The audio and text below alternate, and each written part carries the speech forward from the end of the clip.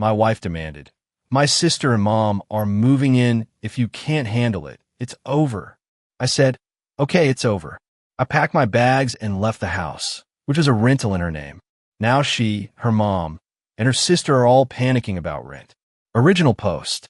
I, 33 male, just walked out of my marriage 3 days ago, and I'm still processing everything. My wife, 31, and I have been married for 4 years, together for 6. The rental house we live in is in her name only. She signed the lease 2 years ago when we moved in because her credit score was better at the time. Monthly rent is $2,400. Here's the thing, though. I've been paying $2,000 of that every month. She contributes $400 from her part-time retail job that brings in maybe $1,800 per month. I make around $75,000 as an IT project manager. This arrangement worked fine. I covered most bills. She handled groceries and her own expenses. Not perfectly equal, but functional. We were saving for a house down payment. Well, I was saving. My account had about $28,000 set aside for it. Last Tuesday, I get home from work around 6 p.m. My wife's sitting at the kitchen table with her mom and her younger sister, 28F. Immediate red flag. Her mom lives 2 hours away and her sister lives across the country. What are they doing here on a random Tuesday? We need to talk, my wife says. I sit down. Okay, what's up? Her mom jumps in. I'm losing my apartment. Rent went up $600 and I can't afford on disability. Her sister adds, and I just lost my job. Can't make rent in my city anymore. Need to regroup. I'm looking between the three of them, waiting for the punchline. It doesn't come. My wife takes my hand. So they're going to move in with us. It makes sense. We have 3 bedrooms. They need help. We're family. I pull my hand back. Wait, what? You're deciding this without asking me. I'm telling you, this is happening. They're family. How long are we talking? Her mom. Until I find something affordable. Maybe 6 months. Her sister. Same. Until I find a new job and save up first and last month's rent. Probably 6 months, maybe a year. A year. Possibly longer because, let's be real, these timelines always extend. Where's my input in this? I asked. My wife's face hardened. They're my family. My name is on the lease. If you can't handle supporting family when they need help, maybe we need to reconsider things. The ultimatum. Right there. In front of her mom and sister, who were both nodding along like this, was perfectly reasonable. I sat there for maybe 10 seconds. Thought about the next 6 months to a year. Sharing space with my mother-in-law and sister-in-law. No privacy. My money supporting 4 adults instead of 2. All while my wife acts like I'm the bad guy if I object. Okay, I said. She blinked. Okay, what? Okay, we're done. If that's how you want to play it, we're over. Dead silence. Her mom's jaw actually dropped. You're what? My wife stood up. You're seriously breaking up our marriage over this? No. You issued an ultimatum. I'm just accepting one of the options you gave me. You said if I can't handle it, we're over. I can't handle it. So we're over. I didn't mean it like that. Then you shouldn't have said it. You made a unilateral decision about our living situation, told me your name's on the lease, so my opinion doesn't matter, and gave me an ultimatum. I'm choosing the door. I stood up and went to the bedroom. Started packing. They all followed, talking over each other. Wife, you're being ridiculous. Her mom, this is what marriage is about. Supporting each other. Her sister, wow. So you're just abandoning her when family needs help? I kept packing. Clothes, toiletries, laptop, important documents. Took about 40 minutes to get the essentials. My wife was crying now. Where are you even going to go? Hotel tonight. Figure out the rest tomorrow. You can't just leave. Watch me. The lease is in your name, like you said. So it's your problem now. You want to move them in? Go ahead. But I'm not paying for it. Her mom got in my face. You're married. You have obligations. And she just told me I have no say in our home. Can't have it both ways. I grabbed my bags and walked out. Got in my car while they stood in the driveway. My wife was screaming something about me being selfish and abandoning her. I drove to a Hampton Inn, checked in, and sat on the bed, just breathing. My phone started blowing up immediately. Wife calling over and over. Text messages from her mom, her sister. I turned it off and went to sleep. The next morning, I called a buddy from work who's going through a divorce. Got a lawyer referral. Called and set up a consultation for Friday. Thursday morning, I turned my phone back on. 86 text messages. I'll spare you all of them, but highlights. Wife, please come home. We can talk about this. Wife, you're overreacting. Wife, how am I supposed to pay rent? Her mom, you're a disgrace. Abandoning your wife in her time of need. Her sister, hope you're happy leaving 3 women homeless. That last one made me laugh. Homeless? They have a whole house. They just can't afford it. I didn't respond to any of them. Went to work, did my job, kept my phone on silent. Friday consultation with a lawyer was enlightening. Since the house is in her name only and we rent, I have zero obligation to keep paying. He advised documenting everything, especially the ultimatum and the unilateral decision-making. That evening, I sent one text to my wife. I meant what I said. We're done. Get a lawyer. All communication goes through them from now on. Then I blocked her number, blocked her mom, blocked her sister. Found a decent 1-bedroom apartment that I can move into in 2 weeks. $1,400 per month, which is actually cheaper than what I was paying before. The reality is setting in for them now, I think. The first of the month is coming up. $2,400 rent due. My wife makes $1,800 per month. Her mom gets maybe $1,200 per month disability. Her sister has 0 income. Even combined, they're $600 short. And that's just rent, not utilities, not food, not anything else.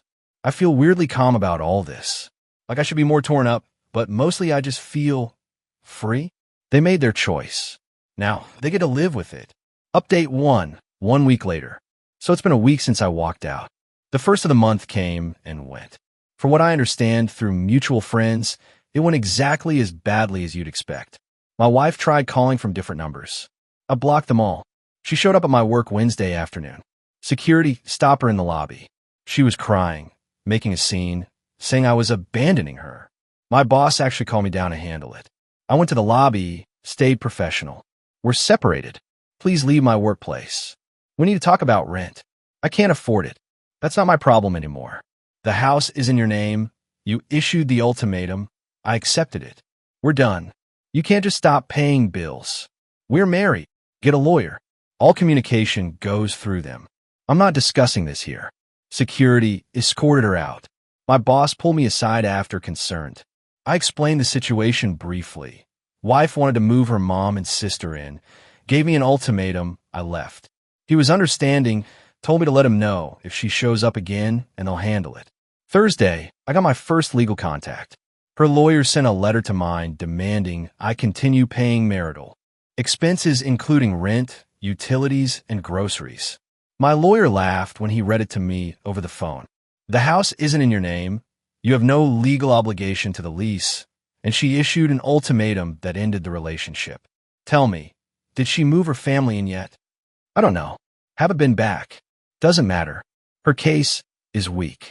I'll respond, but this is pretty cut and dry. Friday evening, I got a series of increasingly desperate texts from a number I didn't have blocked. Her sister. Sister, you need to help with rent. Mom had to loan us money, and she can't afford it. Sister, we're going to get evicted because of you. Sister, at least pay through the end of the lease so we can find something else. Sister, you're really going to let your wife become homeless? I responded to only one. I left because I wasn't wanted unless I was a wallet. Block this number. Then I blocked her too. Through a mutual friend, my buddy's girlfriend knows my wife casually. I found out what actually happened. Her mom loaned them $1,500 to cover most of the rent. Except her mom doesn't have $1,500 to spare. So she took a payday loan. 30% interest. They're all now crammed in the house together. And apparently it's already tense. Her mom and sister are fighting about who gets which bedroom. My wife's freaking out because she realizes they can't sustain this. Even with her mom's loan, they're still short. And that loan needs to be paid back. Her sister's been applying to jobs, but hasn't gotten anything yet. Been 1 week. It'll be weeks more, minimum, before she has income. The landlord apparently called asking if there are now 4 people on the lease. Someone must have seen them moving stuff in. My wife tried to say it's temporary guests, but the lease apparently has a clause about long-term guests needing to be added. The desperation is starting to set in over there. Meanwhile, I've been really okay. Like, I thought I'd be devastated. This was my marriage. But every day, I wake up feeling lighter. No more walking on eggshells. No more being told my opinions don't matter. No more funding someone else's entitlement. My new apartment is ready early. Moving in this weekend. 1 bedroom. My own space, my own rules. Rent is $1,400. I'm saving $600 per month from what I was paying before. Plus, I don't have to cover utilities for a whole house or subsidize anyone else's lifestyle. I've been meal prepping, hitting the gym in my apartment complex, actually enjoying my evenings. Reading books I've been putting off, gaming online with buddies, just living. The weird part is the anger from them. They're mad at me. Like I somehow wronged them by not rolling over and accepting the ultimatum. The entitlement is staggering. Her mom sent an email. Guess she found my work email. With the subject line disappointing. The body was a long rant about how I'm failing as a husband, how family supports family, how I'm abandoning my vows, how I'm going to regret this. I forwarded it to my lawyer and deleted it. My wife's lawyer sent another letter demanding I attend mediation. My lawyer responded that I'm willing to mediate the divorce proceedings, but I won't be resuming any financial support for the marital residence.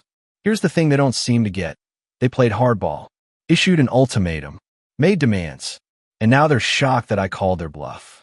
You don't get to say accept this or we're done, and then be surprised when someone picks option B. The lease is up in 4 months.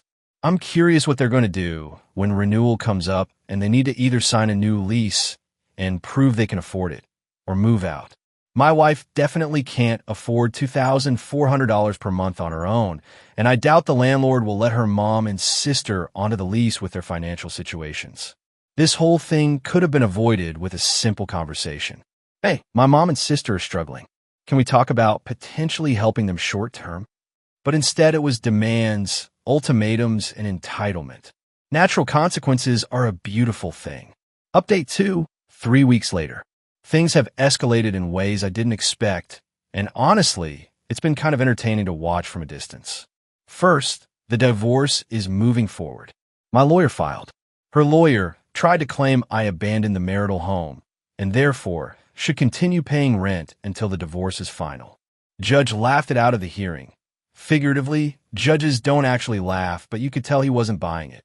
Especially after my lawyer presented the text where she issued the ultimatum and made it clear the house was hers since her name was on the lease.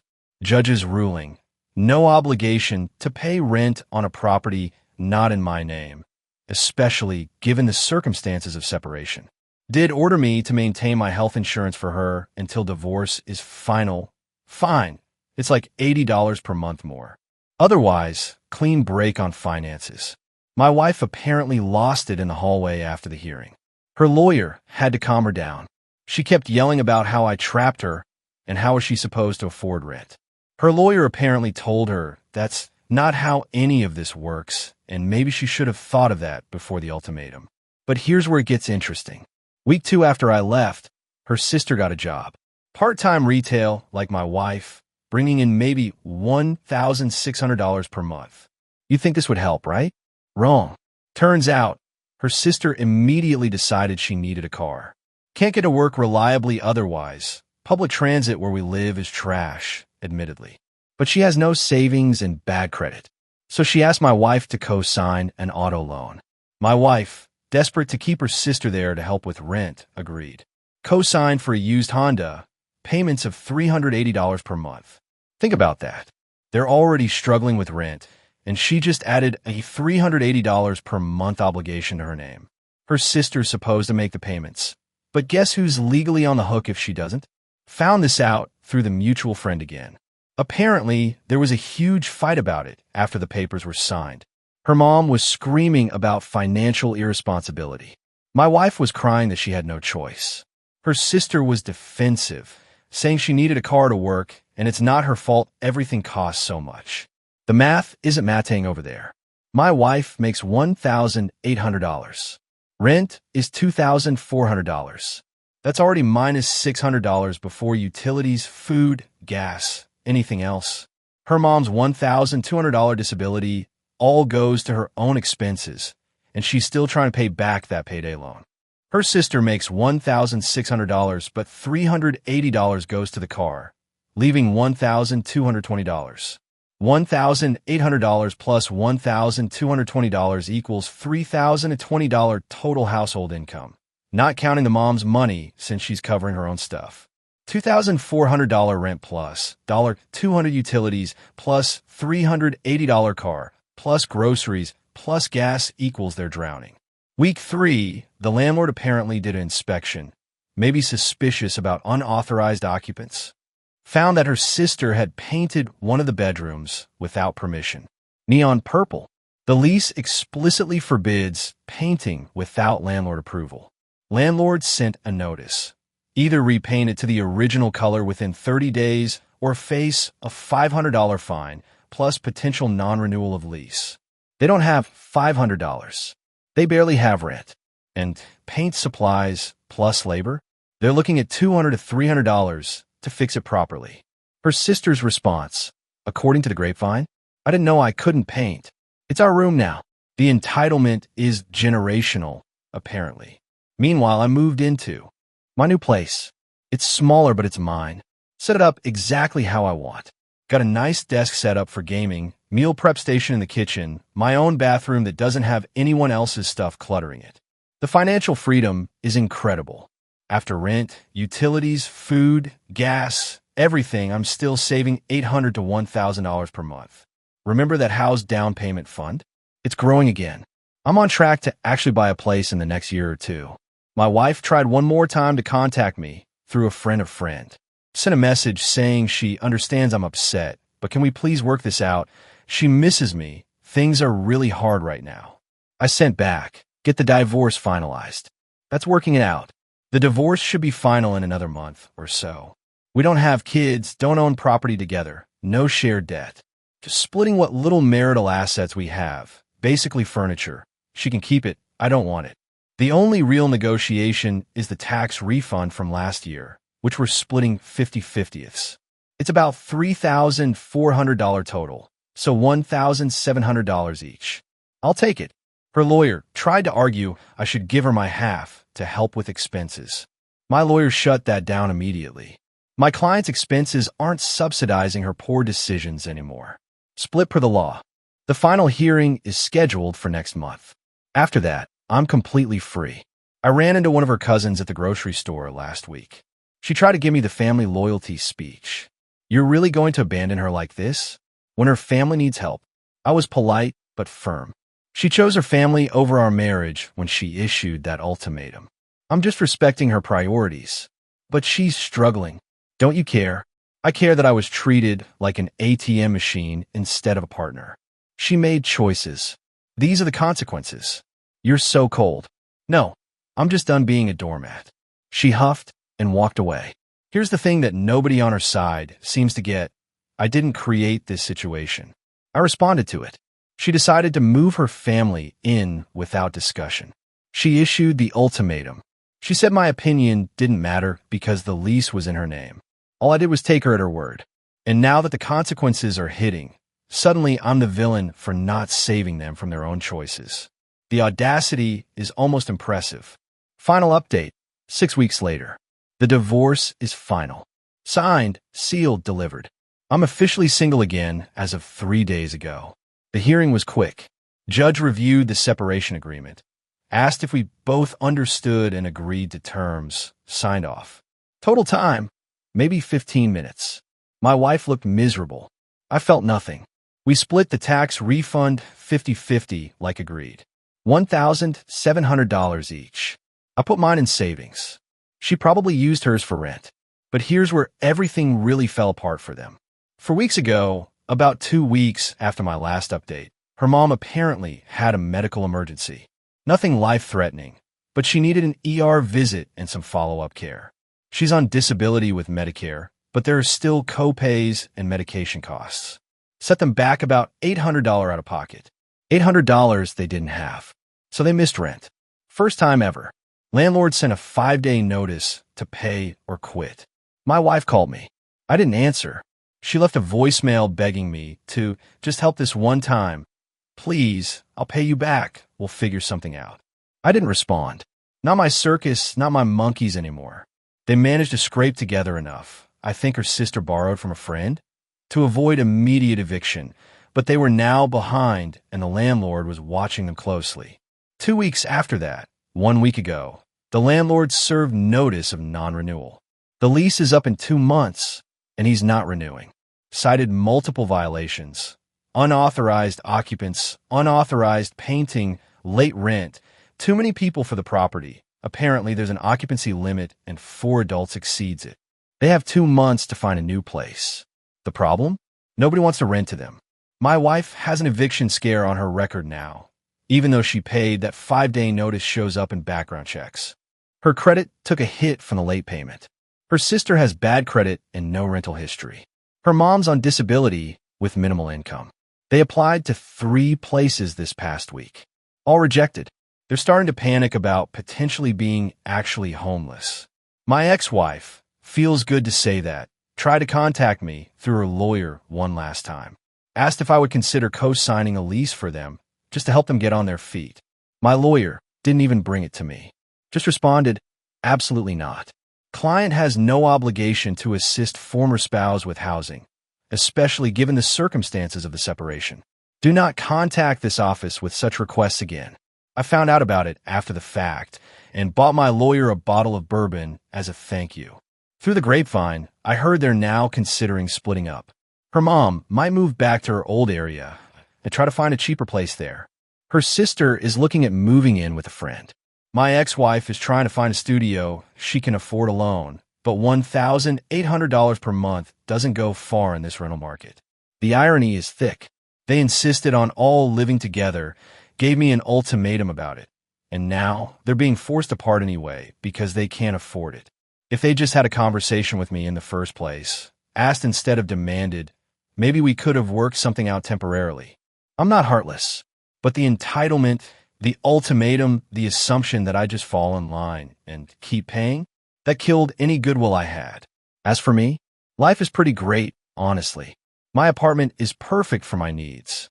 I've decorated it exactly how I want. Minimalist, clean, functional. Got a nice TV setup, comfortable couch, everything organized. Financially, I'm thriving. Saving over $1,000 per month now. My down payment fund is back on track. I might actually buy a small condo next year. Socially, I've reconnected with friends I drifted away from during the marriage. Started going to weekly game nights, joined a recreational softball league through work, actually have a life again. Dating? Not yet. Too soon. Still processing everything. But I'm not close to it down the line. For now, I'm just enjoying being single and having control over my own life again. The mutual friend, who's been my source for all the drama, asked me recently if I felt bad about how things turn out for them. Honest answer? No, not even a little. I feel bad that they're struggling. I'm not a monster, but I don't feel responsible for it. They made their choices. They prioritized their wants over our partnership. They issued an ultimatum expecting me to fold. I simply call their bluff. Actions have consequences. Ultimatums have risks. Treating your spouse like an ATM instead of a partner has a price. They're paying it now. Someone in the comments on my first post said, play stupid games, win stupid prizes. That stuck with me. That's exactly what happened here. They played a stupid game with that ultimatum, and they won their stupid prize. I'm not the villain in this story. I'm just a guy who refused to be a doormat anymore. The really wild part? Not one of them has actually apologized. Not my ex-wife, not her mom, not her sister.